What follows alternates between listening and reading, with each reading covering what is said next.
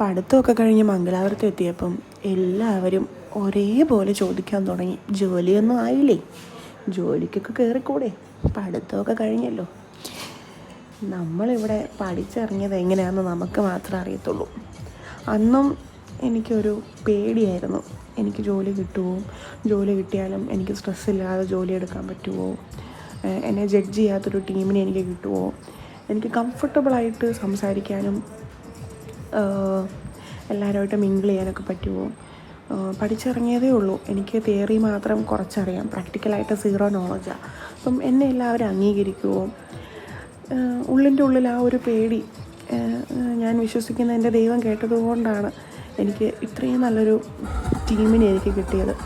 Actually ഞാൻ ക്ലിനിക്കിൻ്റെ അണ്ടറിൽ home care ആണെങ്കിലും എല്ലാ ദിവസവും ക്ലിനിക്കുമായിട്ട് ഒത്തിരി കണക്ഷൻ ഇല്ല. പക്ഷേ എൻ്റെ മുഖം ഒന്ന് വാടിയാൽ അവർക്ക് മനസ്സിലാവും. ഞാനിപ്പോൾ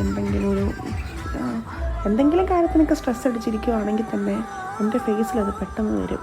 അവർക്കത് അപ്പം തന്നെ മനസ്സിലാകുമെന്നുള്ളൂ. അപ്പം തന്നെ വന്ന് ചോദിക്കാൻ, സോ നീ ഓക്കെ അല്ലേ. ഞാൻ ഒത്തിരി ബ്ലെസ്ഡാണ്, ഞാൻ ഒത്തിരി കാര്യങ്ങളിൽ ഞാൻ ഒത്തിരി ബ്ലെസ്ഡ് ആയിട്ടുള്ള ഒരാളാണ്. ചിലപ്പോൾ അത്രയും ടെൻഷനും സ്ട്രെസ്സൊക്കെ എടുത്തത് കൊണ്ടായിരിക്കും. ബാക്കിയുള്ളവരുടെ മുൻപിൽ നമ്മൾ കൂൾ ചില്ലായിട്ടുള്ളൊരു വ്യക്തിയാണെങ്കിലും ഉള്ളിൻ്റെ ഉള്ളിൽ ഒത്തിരി കാര്യങ്ങൾ നമ്മൾ സ്ട്രെസ് അടിച്ചിരിക്കാൻ നേരത്ത് നമ്മൾ വിശ്വസിക്കുന്ന ദൈവത്തിനെല്ലാം ഏൽപ്പിച്ച് കൊടുക്കണം. എല്ലാം അടിപൊളിയായിട്ടങ്ങ് നടന്നോളും. ട്രസ്റ്റ് ദ ടൈം എന്ന് പറയുന്നത് വലിയൊരു കാര്യമാണ്.